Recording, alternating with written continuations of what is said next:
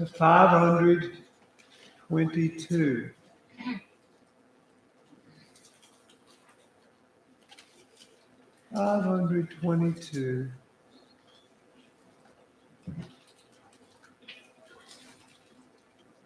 Onward, Christian soldiers, as we notice the second verse.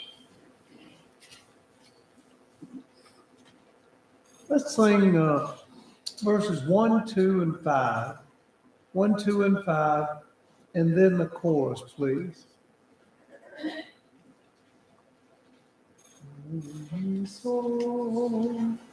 Onward, Christian soldiers, marching as to war, with the cross of Jesus going on before. Christ the royal Master leads against the foe. Onward into battle, see his banners flow. At the sign of triumph, Satan's host of flee. On the Christian soldiers, called to victory, hell's foundations quiver at the shout of praise. Brothers, lift your voices louder and sing. Onward, then, ye people, join our happy throng. Fill with our good voices in the triumph song. Glory, love, and honor unto Christ the King. This through countless ages, then angels sing. Onward, Christian soldiers, marching as to war, with the cross of Jesus going on before. 613.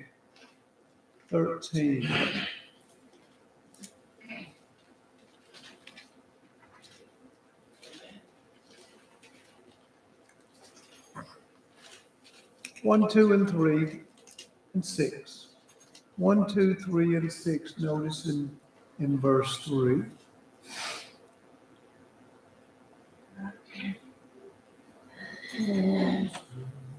Take my life and let it be consecrated, Lord, to thee.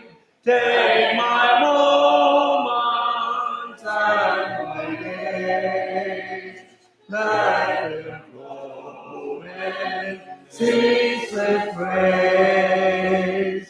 Take my hands and let them move the impulse of thy love.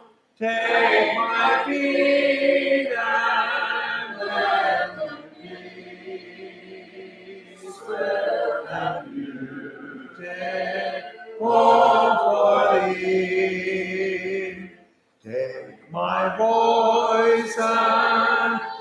that we sing. With only for my King. Take my lips and let them be filled with messages for thee. Take my heart, my Lord, my Lord, my feet its treasure storm. Take myself, I will be ever only for thee.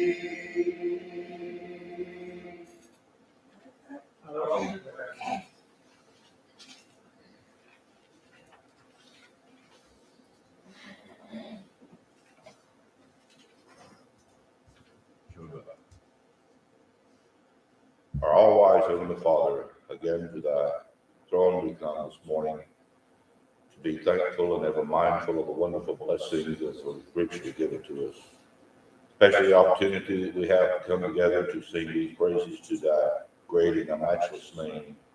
And our Heavenly Father, for the opportunity we can come together again to study another portion of thy word, commune around thy table, do those things that you've commanded us.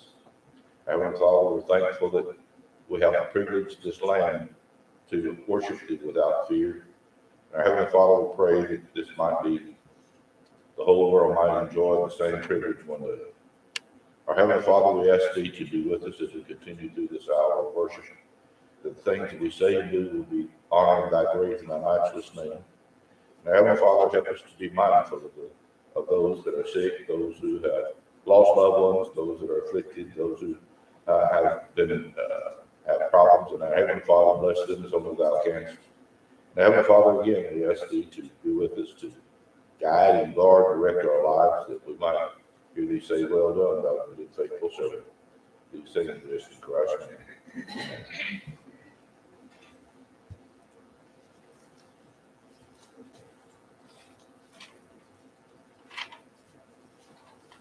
Lord willing, we'll use 765. 765 as an invitation after Brother Tom's lesson. Mark, if you will, 765. Now to 523. 523. Our God, He is alive. Let's sing verses 1, 2, and 4. Of course, after each and every verse. 1, 2, and 4. If it's convenient, shall we stand as we sing?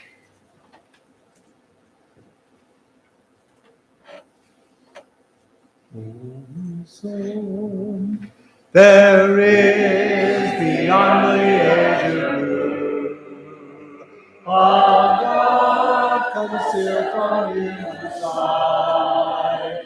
He did disguise with heavenly view and bring the world in His great might.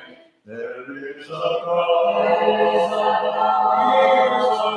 He is alive, in Him we live, and we survive from the storm of creating man. He is alive, the great I am. And once a long time ago, our God, whose voice the prophets heard, He is the God that we should know, who speaks from His inspired word. There is a God, He is alive, in Him we live, and we survive from the storm of creation.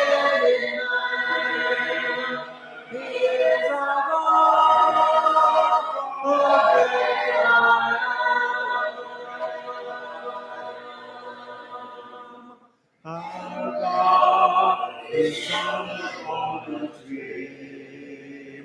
Our life was learning back together. That He must save us and free. And evermore with Him goodness. There is a God.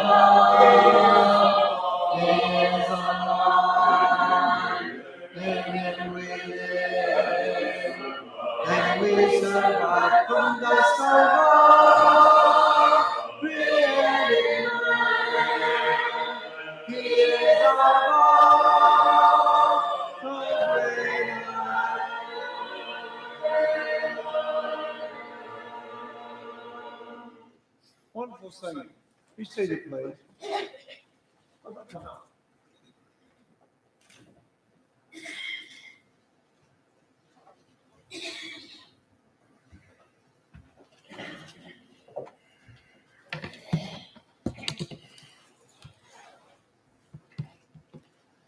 Well, good morning to everyone. It's good to see you. Glad you are here today. A beautiful day today. It's gorgeous to be out and about. It's nice to be in here as well. You have a good, comfortable facility to be here. Hope you've had a good week. Maybe this thing will work right today. Hope so. If it doesn't, I guess we'll start over again. Continue our study today on the human body. One of the things you might take into account is when you turn back over to Colossians, the first chapter, remember the Apostle Paul mentions the fact that the Lord had been responsible for having created all things. All things were created by him. Let me start this thing one more time so it will work right. For some reason or other, it just does not want to cooperate. Maybe that will. That's still not. Yeah, I'll see how it does from there. That's the one thing about electronics when you start doing all this. Colossians chapter 1, begin, if you look at verses 3 and 4 there, or 16, 17, excuse me, it mentions that God had created all things. The Lord had created it for him, and by him, all things consist. The term consist right there, you've got three different Greek terms that are found in that particular statement. Synestao, synestano, and synesteme. Basically, the idea is you learn from there is to set together, to place together, to set in the same place, to bring or band together, to put together, to unite parts as a whole. Now, when we have the opportunity to go outside perhaps and view the wonders of our creation, and we're astonished by it, we're absolutely amazed by the things that we see and the order of the existence of these things, particularly at night. It's one of the outstanding aspects of being able to look into a cloudless sky and to be able to see the stars and the order of it all, and then looking at also material of those that have studied it and understand that there is an order that exists to all of these things. And that order has to come and has come by design. If it is not in the order that it is, then what we would have here is ultimately just pure chaos. We would be just flying throughout the universe somehow or the other with every other piece of planet or orb of some sort, and all of these things would be consistently crashing into one another. We would either freeze to death or burn up, explode. There's just not any way to exist without the order and design of things being in the perfect places that they are. Now, that having been stated, and I think understood, it is also the case, my friends, that when you start looking at the human body, you cannot be any less impressed by what and how it is that it too is designed. And we can come to the same conclusion as we mentioned, I think, even last week from Psalms 139, what David stated there, and in the appraisal of his creation, when he stated, I am fearfully and wonderfully made. And that is the absolute truth. And even today, as we come to this particular study, Perhaps we can get there. We're going to be talking about the human back. Now, even in the consideration of this is not something, again, as part of the human anatomy that's given a great deal of significance. It is not something that is looked at with a great deal of, I suppose, spiritual connections in any way, sort of fashion. Very few would even do something of that sort, but it nevertheless is the case that when you start looking at its anatomy, you certainly start beginning to find things that are certainly impressive. And then when you begin to look at principles that are found within the scriptures that are connected to it, you find it to be also quite interesting. So these are some of the things that we're going to undertake today. Now, the word back, let's kind of put this in proper perspective to begin with. The word back that you're going to find in the Bible is used something like 198 times. But the most occasions in which it is used, the word back is usually in reference to returning from some place or turning around and going the other direction. That is the basic structure that you're going to find as far as that term is concerned. The most occasions it's going to be used in that sense. However, there's about 20 times that you're going to find a reference to a back. Now, and even among those 20 times, only 17 are regarding the human. Now, 3 of these times in reference to God. And so we're going to talk about those. Now, one of the other interesting aspects of this is the occasions when the back is mentioned, it's only found in the Old Testament. It's not specifically mentioned in the New at all. You're going to find it intimated, it's implied in certain circumstances, but it is not specifically mentioned. Well, this study, of course, is going to be spending our time primarily looking at those specific mentionings where it's going to be found. And so even then, when those occasions are used, when it's even going to be talking about the backs of men, it is generally going to be seen in a negative context. Now, this is also part of the Bible design. Now, in certain things that you're going to see when you start looking at the study as we did of the eyes, of the ears, and things of this nature, there are things that we were to view. There were things that we're not to view. There are things that we should hear. There are things that we dismiss that we hear. So there's a positive and a negative in most of the things that we study in the scriptures. There's some balance to these things. This is one of those interesting set of circumstances where in most occasions, what you're going to find is basically a negative concept that's connected with the back.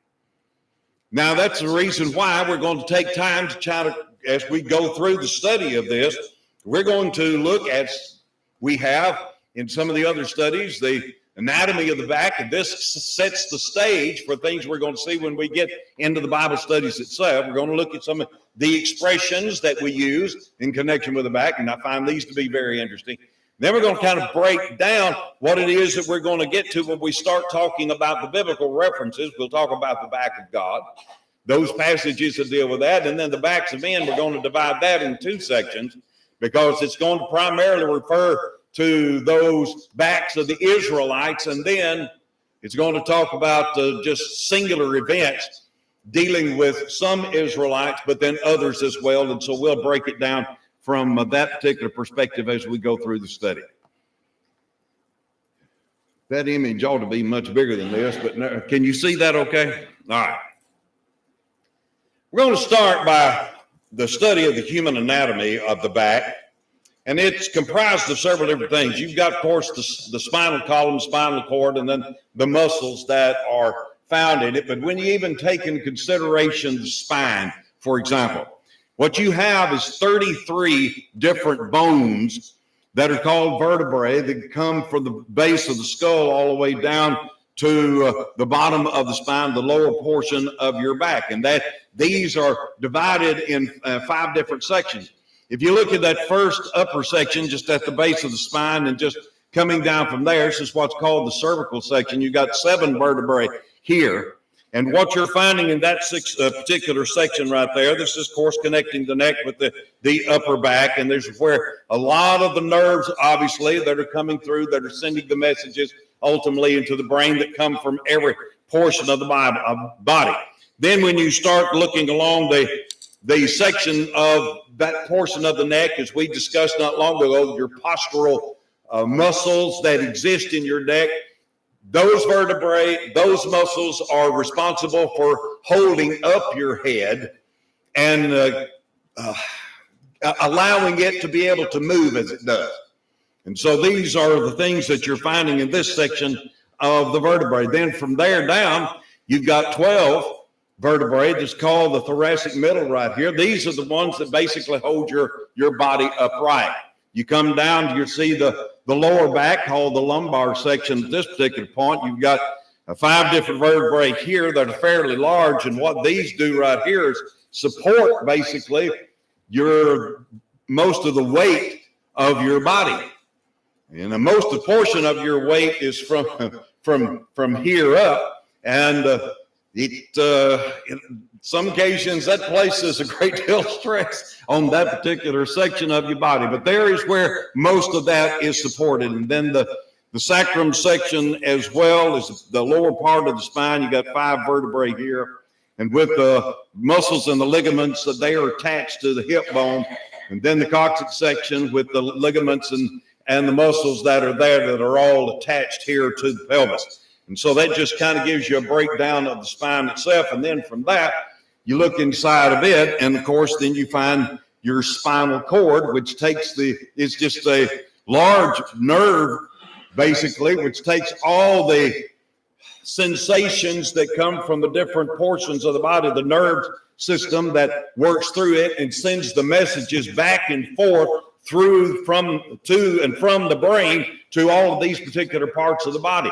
And so it is just an absolutely outstanding, just remarkable piece of work. When you just look at the spine itself, your back, and what it does. I mean, you think about this for just a second. This computer right here's got all kinds of little cords and connections that exist here. You got this cable that runs all the way to that projector there and there, all back to the back, and this sends messages out. These connections have to be put together for that signal to be sent. In other words, as we had a problem here not long ago when it wasn't working right, it wasn't plugged in right. In other words, the source was cut off, so it couldn't be sent here, and it wouldn't be sent back there as well, so it couldn't go through the live stream. So this has to be connected. If anything in that particular spinal column is either severed or something pinched, then there's going to be some problems as far as the operation of the body is concerned. Because what the messages do, it allows your body to operate and move freely. You have an awareness of your limbs and the awareness of the position of your limbs because of the messages that are sent back and forth. Many times we don't even think about that. We don't give that much consideration. But imagine just for the second, just take a look at your hand and your arm just a second. Now that you're just looking at it, you're aware of its existence. I mean, duh. It doesn't take much for you to be able to figure that out. But most occasions we realize it's there without even paying attention to it. We have an awareness of it. We have an awareness of its position. Now, if something happens to that spine right there, there are people that become paralyzed. Some are paraplegic. They're not able to feel their hands and even to move them, or their legs, or anything of this nature. They may be aware of their existence by looking at them, but they have no awareness of them past that because they cannot feel them. They don't know anything that may be happening to them.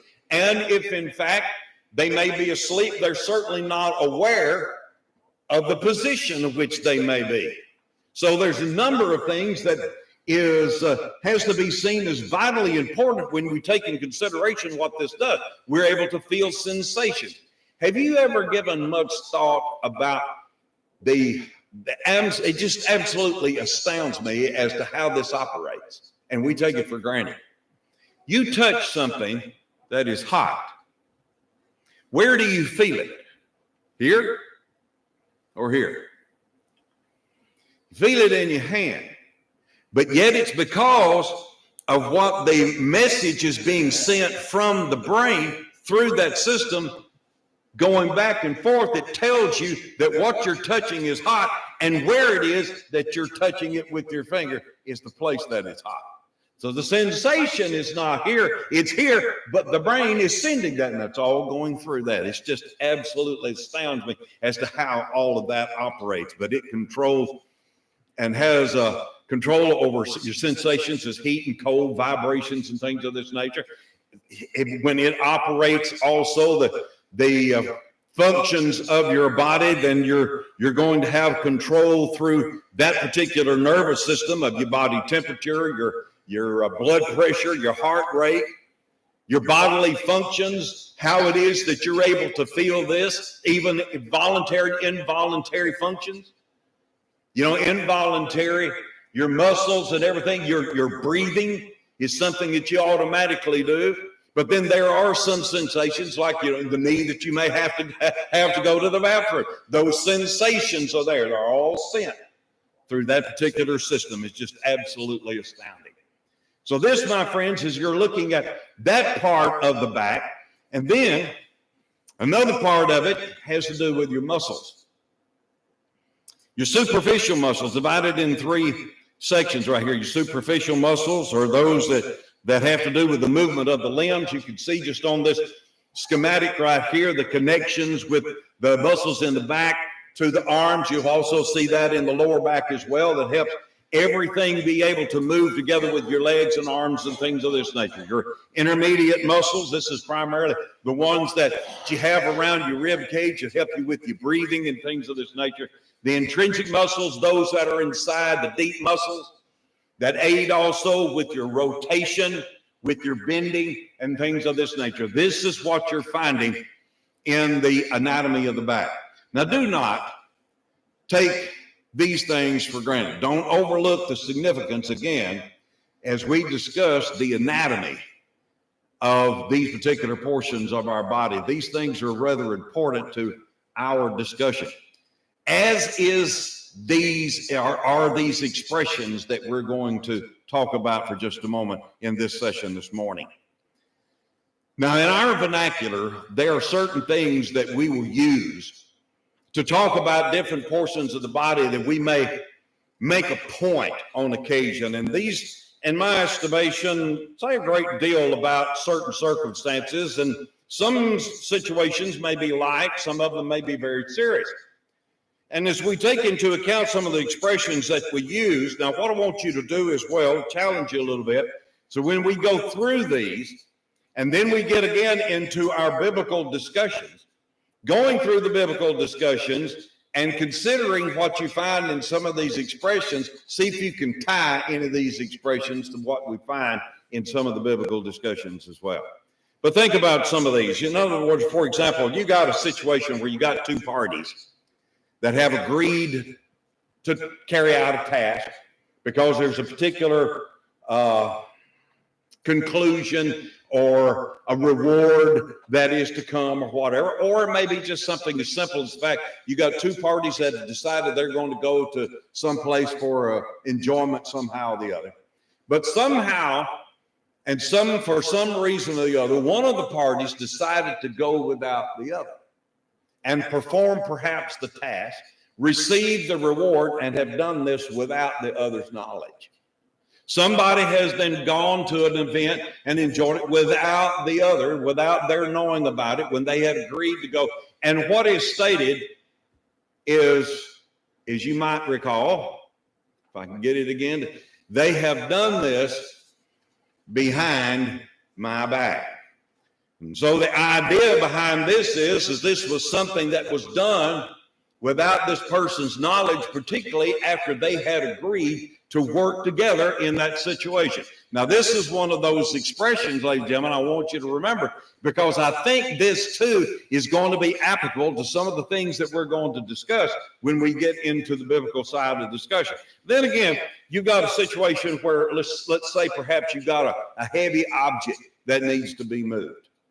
And so you got a person or two that may be trying to move it, but they're not having good progress with it at all. And then you've got a bystander or someone that's just onlooking in the situation, and they're seeing the effort and not much is being coming out of it. And so what they might say is something along this line. What you people need to do is put your back into it. In other words, the idea, the imagery is established here that with the great muscles that do exist in the back, you need to use it to make a little greater effort to push to be able to move it. Now, this can be used, this particular phrase can be used in a metaphorical sense in any number of occasions, not necessarily to have to move a heavy object, but it may be even reference to one's use of his brain.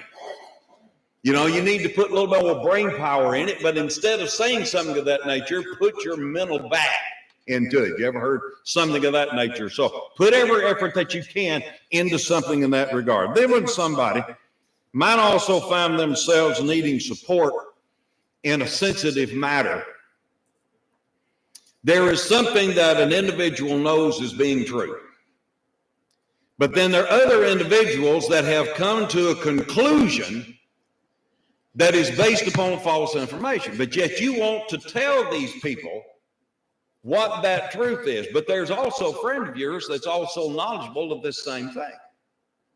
And so now, knowing that these other folks have already drawn a conclusion and they're rather animate about the conclusion that has been drawn, you want to try to straighten them out in this. And so you tell your friend, here's what I want you to do. When I go in to tell them this, you need to back me up.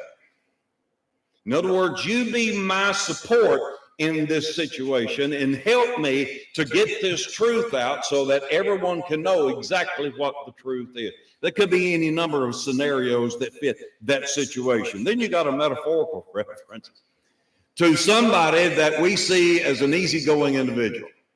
And so this easygoing individual, we usually refer to him as somebody that is laid back. Now, the imagery that we're seeing right here is somebody that's lying perhaps in recline on his back in his recliner or in laying out on the beach or something of this nature.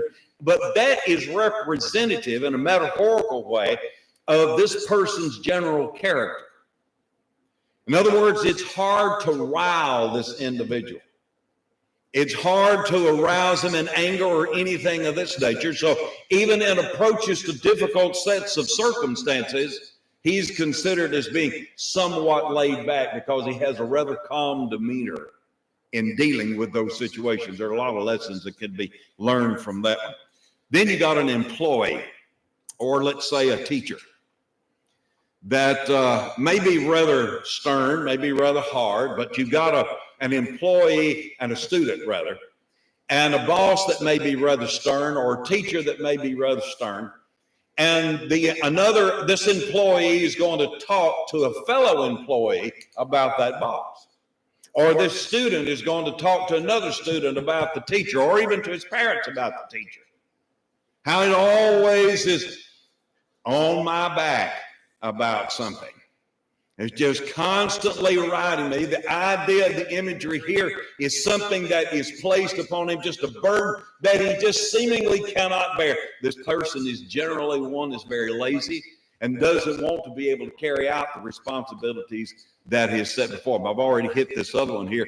And this one is the idea of somebody that wants a favor and is willing to do this for someone else if there is a return favor.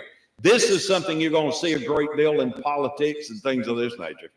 If you will scratch my back, then I'll scratch yours. Politics is filled with this concept right here. You'll see it in business used. I've known of circumstances where there have been those that are contractors that are in places where they've got a lot of building codes and things of that sort. And so when they come upon a project and a building manager or construction manager or city manager or something of this nature responsible for the codes comes along and tells them, no, that you can't do this because of a code. Well, it's a threat to basically stop the entire project. And so this is how that they overcome this on occasions. Rather dangerous practice when you take into consideration. Well, I'll tell you what, if you'll just overlook this, in other words, if you'll just scratch my back, I'll scratch yours, then he will reward that man by paying him. In other words, he'll give him some stipend of some sort or the other, just keep his mouth shut and let them be able to go. So you scratch my back, then I'll scratch yours. And so how this is some of those terms that you're going to be finding in regard to this. Then there are some occasions that you will find an individual might find himself in a circumstance where seemingly there is no positive outcome. And he's tried everything else, does not know what else that he might be able to do. And so he will appraise his situation as my back is just against the wall. I have nowhere else to turn. I don't know what else to do. I'm just backed up to the point that I'm as far as I can go. How many biblical examples can you think of in situations like that? And primarily, you can look at circumstances with David and spend a great deal of time in noticing what it is that's being stated right here. Now, friends, these are just some of the things that help introduce a few things to us regarding the human back and the study of it. In our next hour, we're going to begin to look at what the Bible has to say about these. We'll start with talking about the back of God, then we'll look at the two divisions and talking about the backs of men. And there are some interesting accounts that we're going to find, some interesting lessons that are going to be able to come from that particular section of study. And I'm hopeful that you'll be continue to be with us for that and maintain some interest in what we're seeing in these particular sections of our study. It's still remarkable to me when I go through it, just even in respect of these things that we're talking about here. Just setting the context for the study of these things. It opens up a view regarding these portions of the human body that normally we do not take into consideration very often, or if at all. A lot of times we might think that a lot of what we're talking about here is not very important. But when you start putting these things in context with the passages that we studied, then it opens your mind a little bit more to the typical nature of how we are and what we do and why we do them. And I think that's something that's even seen when you start noticing these expressions that are found as we have talked about them here. Remember again, as we began our study this morning, the statements that were made in Colossians chapter 1. God had put all of these things into place. By the Lord, these things consist. They're put together in the ways that they are because that's the way that it is supposed to be. Because as designed by God or the design of man is made in the very image of God. And so all of these particular portions of the body are made in the image of him.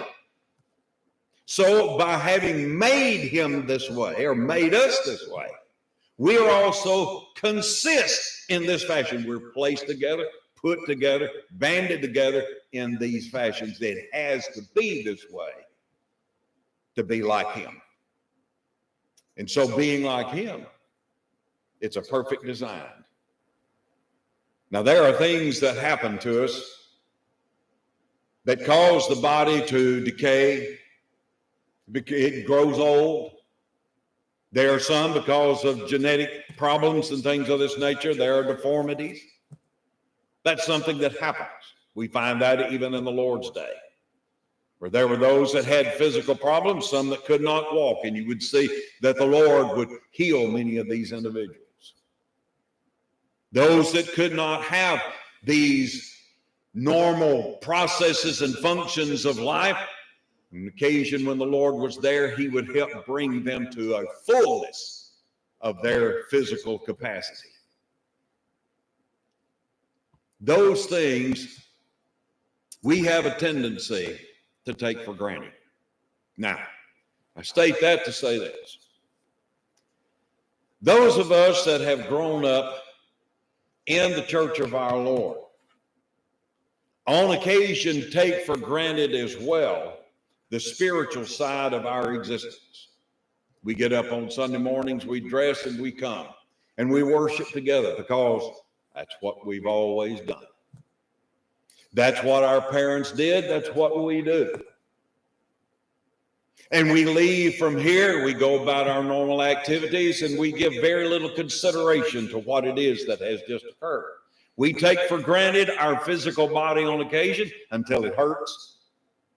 And we start thinking a little bit about those occasions when, in fact, something comes along.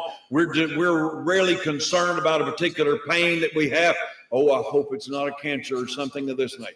And if it's something that comes along, we become more concerned about not only our physical existence, we come a little bit more aware about our spiritual. Why? Because there's the prospect that we begin to learn of our mortality. Isn't that right? The consideration of the fact that whatever it is that I might have might cause me to lose my life. Then do we give consideration a great deal from day to day about our spiritual existence? You see the connection between the two? That's why the studies become so important to us, because if in fact that we fail to recognize the importance of our spiritual side, if in fact that we do perish physically, what happens where our spiritual is concerned? That's the reason why we're here. If you're here this morning and out of Christ, then we would encourage you to obey him in faith, turning away from sin as the Lord has instructed. We turn to him in willingness to confess and acknowledge his name, because it is only by that name that we can be saved. And confession of his name is unto salvation, Romans 10 and 10. And then we are able then to put him on in baptism for the remission of our sins. And by such, now being born again into the family of God, he adds us to that family. And if in fact that as one who as a child has so sinned to reproach him in his name, that we need to reconcile with him, we would encourage you, if that need exists this morning, to make sure that you make yourself right with him. And we'd encourage you to do that now while we stand and while we sing this song. Now, in places of the world, or in that realm, in Satan's hearts are hurled. Choose not to fall, but let the sons of God. For better is than where the great trod. Where arrows stop, there is a place to stay. 'Tis in the bright, the true and living way. Within his kingdom never one remain. Hear what he says in loyal trust. Obey.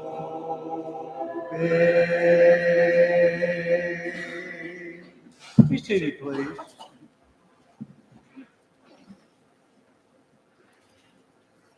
As we look at our time.